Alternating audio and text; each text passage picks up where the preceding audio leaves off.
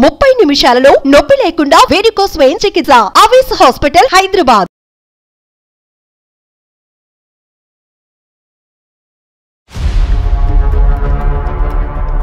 అమ్మాయికి ఇంకో second marriage చేసి అమ్మాయి జీవితం బాగుండాలని కోరుకుంటున్నాం సార్. మీ అమ్మాయిని కన్విన్స్ చేయమని చెప్పి మాకు ఫోన్ చేశారా? అవు సార్ మీరు అట్టంగా చేసే చెప్పాలి సార్ మా అమ్మాయిని. మళ్ళీ పెళ్ళైందండి, నాకు ఆల్రెడీ పెళ్ళైంది కదండి. నీకేంటంటే నీ భర్త యొక్క మనసు కనిపిస్తుంది, ప్రపంచానికి మీ తల్లిదండ్రులకి ఏంటంటే అక్కడ ఉండేటటువంటి ఫిజికల్ ప్రాబ్లం, నువ్వు పడేటటువంటి కష్టం కనిపిస్తుంది. ఆడది పెళ్లి చేసుకున్నది శారీరక సుఖం కోసమా? 20 సంవత్సరాల పాటు కని పెంచి ఈ స్థాయి వరకు తీసుకొచ్చిన నిన్ను సుఖపడాలి అనే ఆలోచనతో తల్లిదండ్రులు మాట్లాడేటటువంటి ప్రేమతో కూడినటువంటి మాటలు. మా నాన్న చూసిన వాడు తాగుబోతాడు అయ్యుండి ఇలాంటి పొజిషన్ కి వచ్చి ఉంటే నేను వదిలేసి వేరే పెళ్లి చేసుకునేదాన్ని. అతని యొక్క సర్వీస్ ఎవరు చేస్తున్నారు? నా భర్త కదా, నేను బయట వాళ్ళతో ఎందుకు చేయిస్తానండి? ఇప్పుడు పెళ్లిలో ప్రమాణాలకు అర్థమే ఉంది, నేను వేరే వాళ్ళతో చేయిస్తే. ఒకసారి కన్యాదానం చేసిన తర్వాత పూర్తి బాధ్యత భర్తది. ఆయన నాకు తండ్రి తల్లి అన్ని. నేను ఆయన వదిలైతే రాను, వేరే పెళ్లి చేసుకోను. కావాలంటే వీళ్ళనన్ను వదిలేసుకుంటాను. కానీ మీరు ఇంకొకసారి ఇలా పెళ్లి గురించి మాట్లాడేలా అయితే కాల్ చేయొద్దు. నాకు మీతో అమ్మ నాన్న అనే సంబంధం కూడా పెంచుకుంటాను నేను.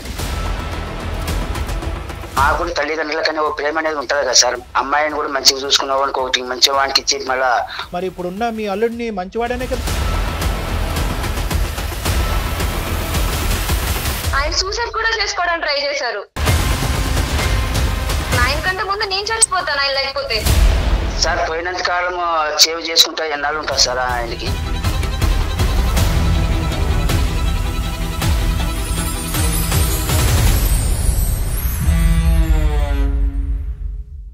IVF ట్రీట్మెంట్స్ పై 20,000 డిస్కౌంట్. డాక్టర్ కన్సల్టేషన్ మరియు అల్ట్రాసౌండ్ స్కాన్ ను ఉచితంగా అందిస్తున్నారు. 49 అంటే సంతానం, 49 అంటే సంతోషం. 49 సమర్పించు అందమైన జీవితం కార్యక్రమానికి స్వాగతం. నమస్తే డాక్టర్ గారు. కళ్యాణ్ గారు, శంకరయ్య అని మనకి ఒక పెద్ద ఆయన మెయిల్ చేశారండి. పిల్లకి పెళ్ళయింది కానీ మళ్ళీ పెళ్లి చేయాలని ఆయన కోరుకుంటున్నాడు. ఒక అనుకోని సంఘటన వల్ల. అమ్మాయితో మీరు మాట్లాడండి, ఒప్పించండి, నేను ఎంత చెప్పినా వినట్లేదు అనేసి మనకి మెయిల్ చేశాడు. అతను పెళ్లి చేయాలనుకుంటున్నాడు కానీ అమ్మాయి అది ఇష్టపడదు. నాకు ఆయన చెప్పిన దాన్ని బట్టి అట్లా అనిపించిందండి. దానికి కారణాలు ఏంటనేది నాకు క్లియర్గా తెలియలేదు. నాకు అసలు ఆయన బాధ విన్న తర్వాత ఇమీడియట్గా మీరు మాట్లాడాలి అనిపించింది. సో పలానా రోజు నేను కాల్ చేస్తానని చెప్పాను. శంకరయ్య గారు కూడా సరేనమ్మా అన్నారు. ఆయనకు ఒకసారి కాల్ చేస్తాను, పూర్తిగా మీరే మాట్లాడదురు కానీ. తండ్రి కూతురా మేడం? తండ్రి కూతురు. నమస్తే శంకరయ్య గారు, నేను జయానండి, అందమైన జీవితం ప్రోగ్రాం నుంచి కాల్ చేస్తున్నాను. మొన్న మీతో మాట్లాడాను కదా. బాగున్నారా? ఇదిగో డాక్టర్ గారితో మాట్లాడించమన్నారు కదా, ఒక్కసారి ఇదిగో డాక్టర్ గారితో మాట్లాడండి. శంకరయ్య గారు నమస్తే అండి. నమస్కారం సార్. మీకు నమస్కారం సార్. నమస్తే. చెప్పండి సార్, ఏంటి సమస్య ఏంటి? మా అమ్మాయిది పెద్ద అమ్మాయిది 20 సంవత్సరాల్లో పెళ్లి చేశాను సార్. మీరేం చేస్తుంటారు? వ్యవసాయం చేస్తుంటా సార్, ఊర్లో కర్నూలులో వ్యవసాయం చేస్తుంటా సార్. సో ఇప్పుడు పెద్ద అమ్మాయి సమస్య గురించే చెప్తున్నారు మీరు? అవును సార్.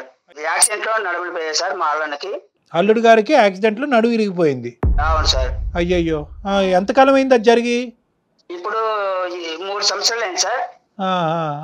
అల్లుడు లేవు లేడు సార్, లేవు లేడు. ఈమె చేయాలి సార్, లేపుకోవాలి, అన్నం పెట్టాలి, ఏదానికైనా అన్ని ఈమె చూసుకోవాలి సార్. అతను ఏం ఉద్యోగం చేసేవారండి? Software engineer sir. Software engineer. వీళ్ళిద్దరికి ఎంతమంది పిల్లలు?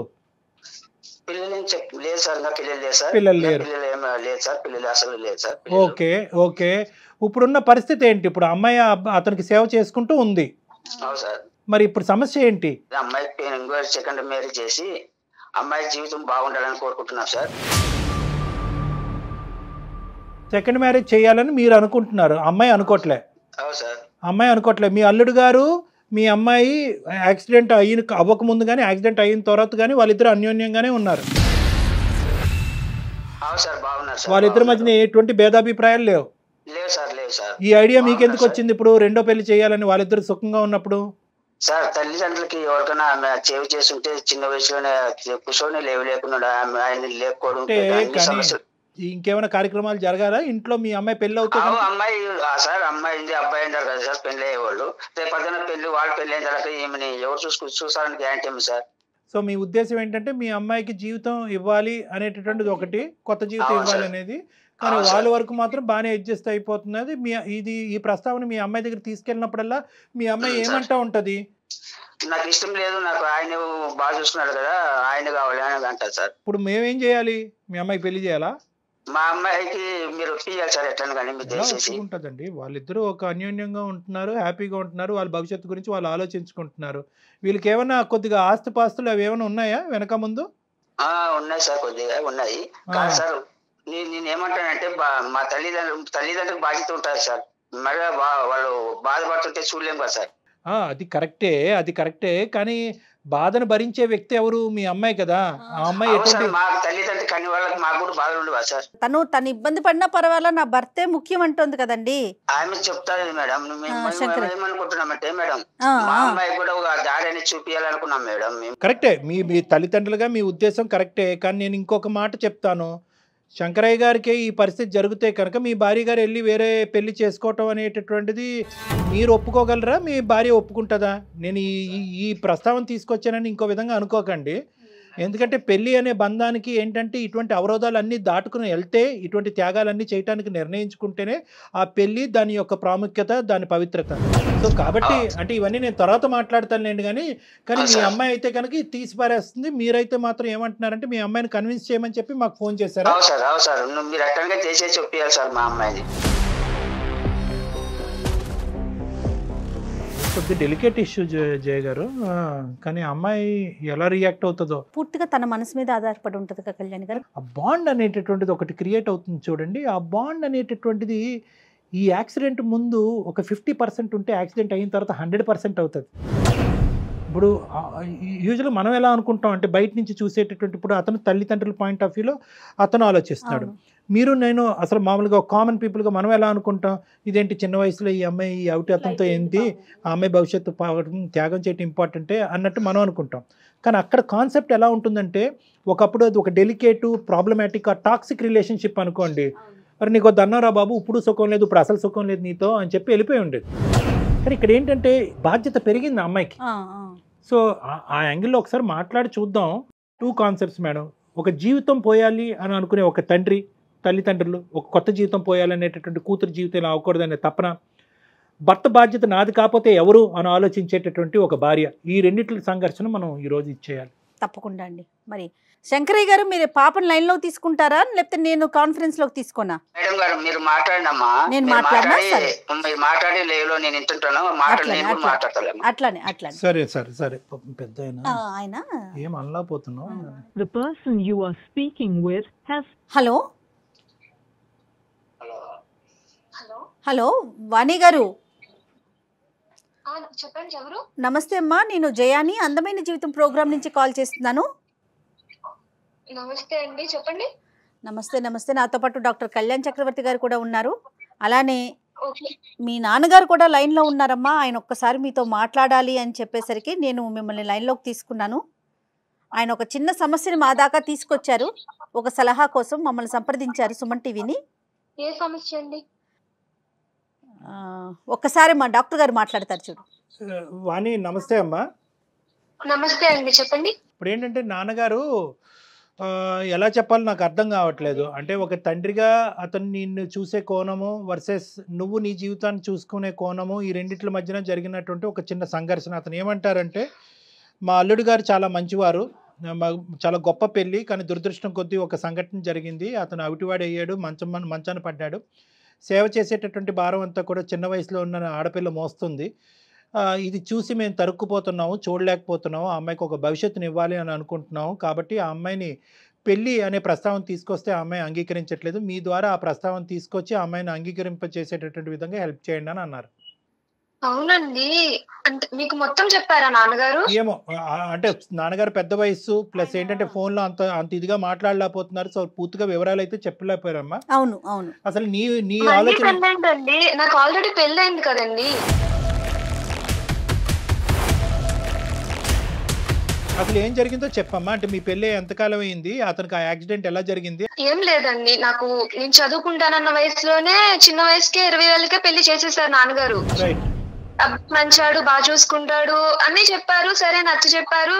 ఆ అబ్బాయి కూడా సెటిల్ అవుతాడు బాగా అని చెప్పి పెళ్లి చేశారు. పెళ్ళైన తర్వాత మేము అనుకున్నాము మనం పడిన ఇబ్బందులు మన పిల్లలు పడకూడదని ఒక 2 years వరకు పిల్లలు వద్దనుకున్నాం.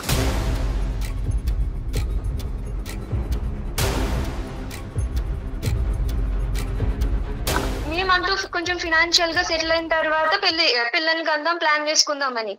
మేబీ ఇంకా త్వరగానే మేము సెటిల్ అయ్యాము. 2 years లో బాగా సంపాదించుకున్నాము. అంత వెల్ సెటిల్డ్ హోమ్ తీసుకున్నాము, కార్ తీసుకున్నాము.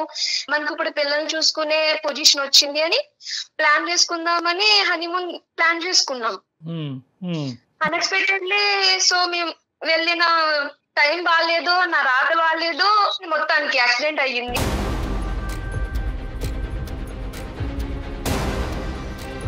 అలానే నేను నా స్వార్థం చూసుకున్నాను వదిలేసి రెండో పెళ్లి చేసుకోలేను. ఏం జరిగిందమ్మా యాక్సిడెంట్ లో? తను అంటే ఎట్లా, ఎంత వరకు డ్యామేజ్ అయింది పాపం ఆయనకి? కార్ యాక్సిడెంట్ అయిందండి. సో డాక్టర్ అన్నారు ఒక 3 months వరకు మేబీ ట్రీట్మెంట్ అవుతుంది కదా, రికవర్ అవుతారు, సెటిల్ అవుతుంది అనుకున్నాము. కానీ హెల్త్ కండిషన్, కానీ ఇంకా ఆయన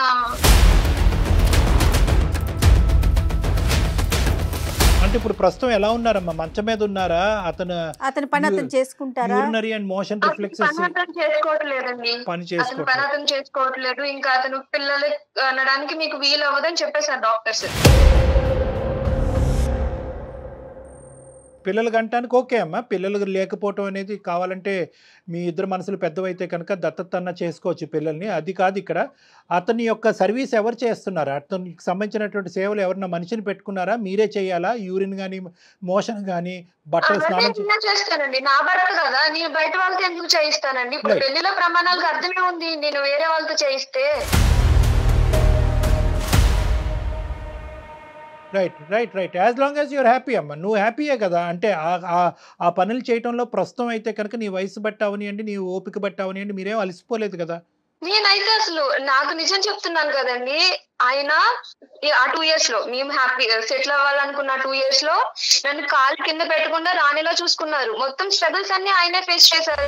ఇంత ఇబ్బంది కూడా ఆయన నన్ను ఫేస్ చేయనివ్వలేదు అనమాట. నేను అయ్యో సెటిల్ కాలేను అని చేసుకున్నాను, ఇన్ని ఇబ్బందులు పడుతున్నాను, మేబీ మా నాన్న చూసిన వాడు తాగుబోతాడు అయ్యుండి ఇలాంటి పొజిషన్ కి వచ్చి ఉంటే నేను వదిలేసి వేరే పెళ్లి చేసుకునేదాన్నేమో. కానీ ఆయన నన్ను రాణిలా చూసుకున్నారు. నా స్వార్థం నేను చూసుకున్నప్పుడు వచ్చాను ఆయనకి కష్టం వచ్చిందని. ఆడది పెళ్లి చేసుకున్నది శారీరక సుఖం కోసమా? పిల్లల కోసమా? పిల్లలు అంటే వేరే పెంచుకోవచ్చు, బోల్డని పద్ధతులు ఉన్నాయి. ఆయన తోడు కోసం పెళ్లిన ప్రమాణాల్లో ఇంక మర్చిపోవాలి నేను. ఓకే ఆయన కష్టం వచ్చింది, నేను వదిలేసి వచ్చేయాలి, నా సుఖం నేను చూసుకోవాలి అని వచ్చిమంటారా చెప్పండి? మరి మీ నాన్నగారు ఎందుకు ఇలా ఆలోచిస్తున్నారు? ఇప్పుడు ఒక తండ్రిగా ఆయనకు ఉండే బాధ ఆయనకు ఉంటదండి. నేను ఆయన బాధని తప్పు పట్టట్లేదు. వేరే పెళ్లి చేసుకోమండలో ఆయన బాధ కనబడుతుంది, రేపు అన్న రోజు నన్ను ఎవరు చూసుకుంటారని. కానీ నా భర్తను ఎవరు చూసుకుంటారు? నేను వేరే పెళ్లి చేసుకుని వెళ్ళిపోతే అసలు నేను వేరే పెళ్లి చేసుకునే ఆలోచన కూడా లేదండి. నేను చాలా హ్యాపీగా ఉన్నా నా భర్తతో. అయినా నేను కష్టం అనుకుని చేయట్లేదండి, అది ఇష్టం అనుకుని చేస్తున్నాను. ఇప్పుడు నేను కన్న పిల్లలైనా చిన్నప్పుడు నేను ఎలా చూసుకోవాలి వాళ్ళని, ఇవన్నీ సేవలు చెయ్యాలి కదా. 2 years అయినా 10 years అయినా 20 years అయినా ఎంతకాలం అయినా కూడా అతను సేవ్ చేసుకుంటూ అలా ఉండిపోతానని అంటున్నావు. అతను సేవ్ చేసుకుంటానే బ్రతుకుతానండి. ఇప్పుడు భర్త లేని ఆడవాళ్ళు చాలా మంది ఉన్నారు. భర్త ఇలా మంచాన్ని పడిన ఆడవాళ్ళు వేరే పెళ్లి చేసుకుంటారేమో కొంచెం మంది. నాకైతే అది తప్పని అనిపించదు. వేరే పెళ్లి చేసుకోవాలన్న ఆలోచన లేదు. నా భర్తకు సేవ్ చేసుకోవడం నాకు ఇష్టం. నీతో మాట్లాడుతుంటే అసలు ఎటువంటి స్వార్థం లేకుండా మాట్లాడినటువంటి ఒక గొప్ప స్త్రీని కనిపిస్తున్నావు, వినిపిస్తుంది. నెంబర్ 1. నెంబర్ 2 ఏంటంటే కనుక అసలు ఎక్కడ కూడా నీ గురించి నువ్వు ఆలోచించవు. నీ వయసు చిన్నది. అసలు 10-15 years పాటు ప్రయాణం చేసిన ఒక భర్త గురించి మాట్లాడినటువంటి గొప్పగా మాట్లాడుతున్నావు అంటే కనుక అతను నిన్ను ఎంత గొప్పగా చూసుకున్నాడు ఆ 2 yearsలో. ఎందుకంటే చదువుకోవాల్సినటువంటి దాన్ని చిన్న వయసులోనే నన్ను పెళ్లి చేశారు అంటే కనుక ఎంత కాదనుకున్నా పెళ్లిలోకి డిసప్పాయింట్మెంట్తోనే ఎంటర్ అయ్యావు. కానీ ఆ డిసప్పాయింట్మెంట్ తీసేసి నీకు ఒక కొత్త జీవితాన్ని ఇచ్చి ఈరోజు అతని జీవితాంతం అలా మంచం పడి ఉన్నా కూడా I'm ready to take the burden అని నువ్వు అని అంటున్నావు అంటే కనుక చాలా గ్రేట్ అమ్మా. చాలా గొప్పగా అనిపిస్తుంది, గర్వంగా కూడా అనిపిస్తుంది. నువ్వు వేరే పెళ్లి చేసుకొని అంటారు ఆయన. నేను ఆయన ఉండి చేసుకోనేమో అని ఆయన సూసైడ్ కూడా చేసుకోవడానికి ట్రై చేశారు. కాపాడుకున్నాను కాబట్టి సరిపోయింది. నాకు ఆయన లేకపోతే నేను చచ్చిపోతాను. ఆయన కంటే ముందు నేను చచ్చిపోతాను ఆయన లేకపోతే.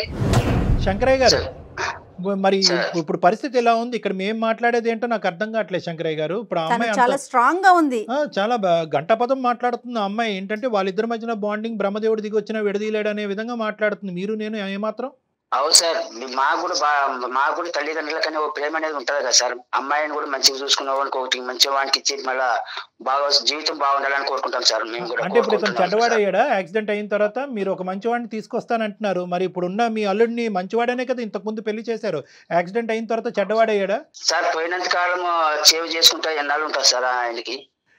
అవునండి, ఒకసారి కన్యాదానం చేసిన తర్వాత పూర్తి బాధ్యత భర్తది. ఆయన నాకు తండ్రి తల్లి అన్ని. నేను ఆయన వదిలైతే రాను, వేరే పెళ్లి చేసుకోను, కావాలంటే వీళ్ళని వదిలేసుకుంటాను. కానీ కాదమ్మా, నేను మీ మంచి కోరికే కదమ్మా చెప్పేది. నేను కూడా నా మంచి కోరిక ఏంటో నాన్నగారు, మొత్తం అన్ని ఆయన నాకు సెటిల్ చేసి పెట్టాడు. నేను బయటికి వెళ్ళి కష్టపడాల్సిన అవసరం లేదు. ఆయన జాబ్ చేస్తున్నారు ఇప్పుడు. ఆయన పని చేయండి మాకు అంత అవసరం. నేను ఆయన సేవ చేసుకుంటాను, ఆయన నన్ను చూసుకుంటాడు. మాకు ఎలాంటి ప్రాబ్లం లేదు, మేము చాలా హ్యాపీగా ఉన్నాం ఇప్పుడైనా. అవునమ్మా, రేపు జరిగే పరిస్థితుల్లో ఏమైనా తారుమారు ఏదైనా పరిస్థితులు జరగడానికి జరిగాయి అప్పుడు ఎవరు చూసుకుంటారమ్మా? ఇప్పుడు మీ తమ్ముడు చూసుకుంటారా, మీ చెల్లెలు చూసుకుంటారా? రేపు జరగడానికి మేము లేకుండా అయిపోతాం అనుకో, అప్పుడు పరిస్థితులు ఎలా ఉంటాయమ్మా? అప్పుడు ఒకసారి ఆలోచన చేసుకోమ్మా నువ్వే. కాదమ్మా, ఎలా ఉన్నాయంటే పొద్దుట ఆఫీస్కి వెళ్తే సాయంత్రానికి తిరిగి వస్తున్నామో లేదో కూడా తెలియట్లేదు నాన్నగారు. అలాంటిది రేపటి భవిష్యత్తు గురించి ఆలోచించి ప్రస్తుతం ఉన్న మా ఆయన నేనెందుకు వదిలేసి ఇంకొక పెళ్లి చేసుకోవాలి? సంతోషంగా ఉన్నా. ప్రతి ప్రశ్నకి సమాధానం మీరు ఇంకొకసారి ఇలా పెళ్లి గురించి మాట్లాడేలా కాల్ చేయొద్దు. నాకు మీతో అమ్మ నాన్న అనే సంబంధం కూడా పెంచుకుంటాను నేను.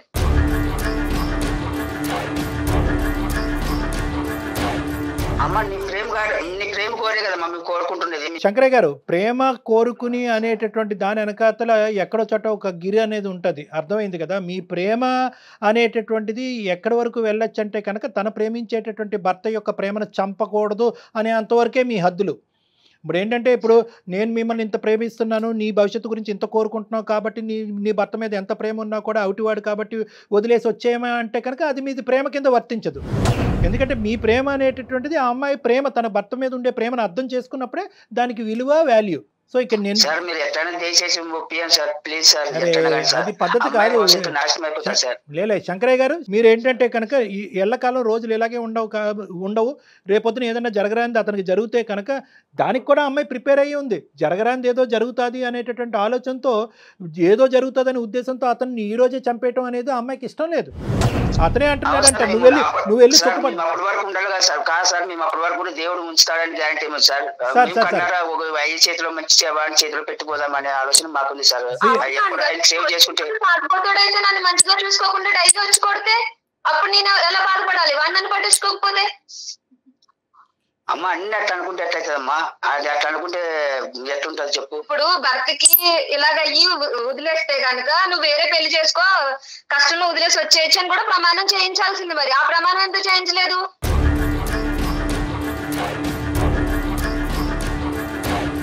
అమ్మా, ఇప్పుడు నువ్వు ఎంతైతే కనుక నీ 2 సంవత్సరాల పాటు ప్రయాణం చేసినటువంటి నీ భర్త గురించి అంత గొప్పగా మాట్లాడి, ఆ ప్రేమ గురించి అంత బలం గురించి అంత మాట్లాడుతున్నావు, 20 సంవత్సరాల పాటు కని పెంచి ఈ స్థాయి వరకు తీసుకొచ్చిన నిన్ను సుఖపడాలి అనే ఆలోచనతో తల్లిదండ్రులు మాట్లాడేటటువంటి ప్రేమతో కూడినటువంటి మాటలు, అభిప్రాయాలు వేరేనమ్మా, అభిప్రాయాలు వేరు.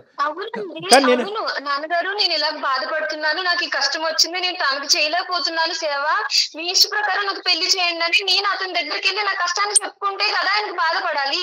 నేను చాలా సుఖంగా ఉన్నాను, చాలా సంతోషంగా ఉన్నాను, నా భర్త నాతో మాట్లాడితే చాలు, మేము కలిసి నవ్వుకుంటే చాలు, నాకు ఇంకేం అవసరం లేదు, నాకు నా భర్త ఉంటే చాలని నేను అంటున్నానండి. నీ సంతోషాన్ని, సుఖాన్ని నువ్వు ఒక విధంగా డిఫైన్ చేస్తున్నావు, ప్రపంచానికి ఒక విధంగా కనిపిస్తుంది. అందులో మీ తల్లిదండ్రులు కూడా ఒక భాగమే. అంటే ఏంటంటే, సేవలు చేసుకుంటూ కింద మీద పడుతూ నీ జీవితం లేకుండా అనేటటువంటి విధంగా ఒకటి ఆలోచించేది. రెండోది ఏంటంటే, రేపొద్దున ఏదన్నా జరగరాంది జరిగితే కనుక మా అమ్మాయి అప్పుడు మేము బతుకుండాలి కదా, అప్పుడు మా అమ్మాయి పరిస్థితి ఏంటని. అంటే తల్లిదండ్రుల పాయింట్ ఆఫ్ వ్యూలో వాళ్ళు ఆలోచిస్తున్నారు, నీకు ఒక సలహా సూచన ఇచ్చారు, ఆ సలహా సూచన నీకు నచ్చకపోతే, అభిప్రాయం నీకు నచ్చకపోతే అది ససేమిరా వద్దు నాన్న అని చెప్పండే. కానీ ఈ ఆలోచన నీ బ్రెయిన్లో ఇంప్లాంట్ చేసేటటువంటి ప్రయత్నం చేస్తున్నారు. కాబట్టి మీరు ఎటువంటి తల్లిదండ్రులు ఇలా చేసేటట్టయితే కనుక నేను మరోసారి ఫోన్ ఎత్తను అంటే కనుక అది పద్ధతి కాదమ్మా. అంటే నేను అనేది ఏంటంటే, నువ్వు చేసుకునేది అది నీ రైటు.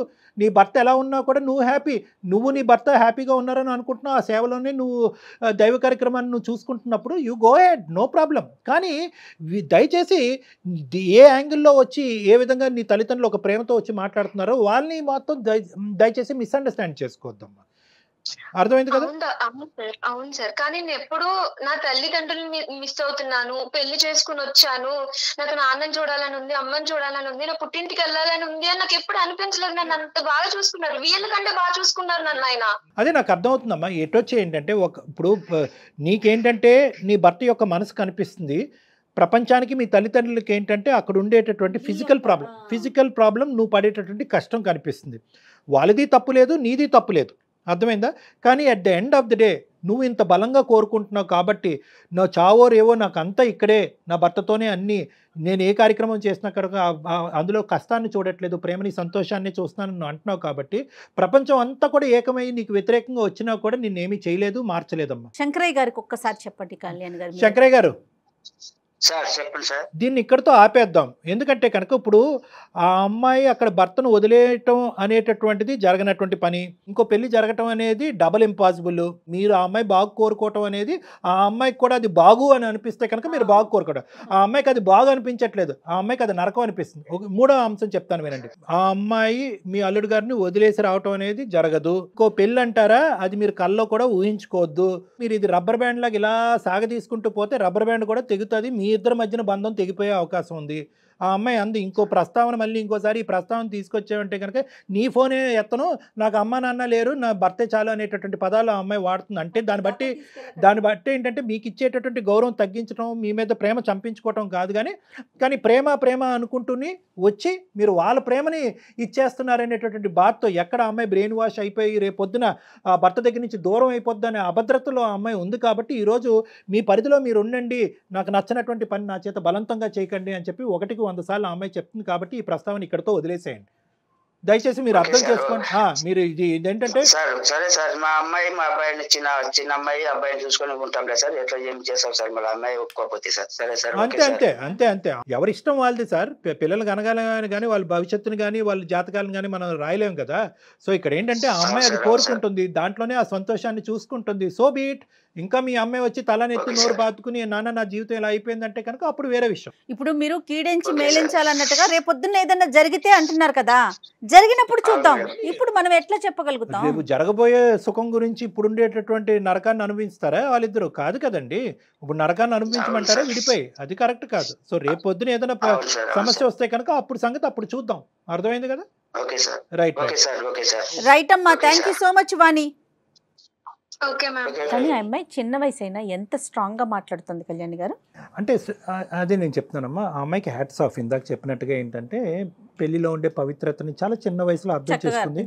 ఇష్టం లేకుండా కష్టమైనా కూడా పెళ్లిలోకి ఎంటర్ అయిన తర్వాత పెళ్లి యొక్క విలువ, అంటే పెళ్లి యొక్క పవిత్రత, పెళ్లి యొక్క వాల్యూ అది మేడం. అంటే ఏంటంటే that is a bonding and relationship. అది ఒకటి.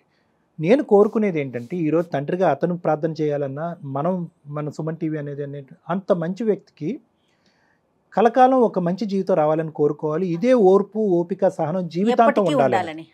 ఎందుకంటే చిన్న వయసులో ఉండే సహనం, ఓపిక రేపొద్దున పెద్ద వయసు వచ్చిన తర్వాత ఉంటుందా ఉండదా అనేది మనకు తెలీదు. అయినా కానీ ఉండేటట్టుగానే ఆ అమ్మాయి ఒక మాట తీరు, పద్ధతి, వ్యవహారం అనిపిస్తుంది. కాబట్టి ఖచ్చితంగా వాళ్ళిద్దరి జీవితాలకి మంచి ఆయుష్ పోస్తాడు భగవంతుని ప్రార్థిస్తున్నాం.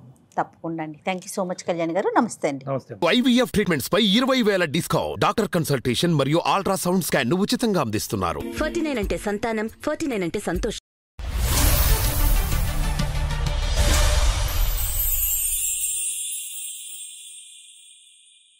సుమన్ టీవీలో మీ పర్సనల్ అండ్ బిజినెస్ ప్రమోషన్స్ కోసం కింది నెంబర్కి కాంటాక్ట్ చేయండి.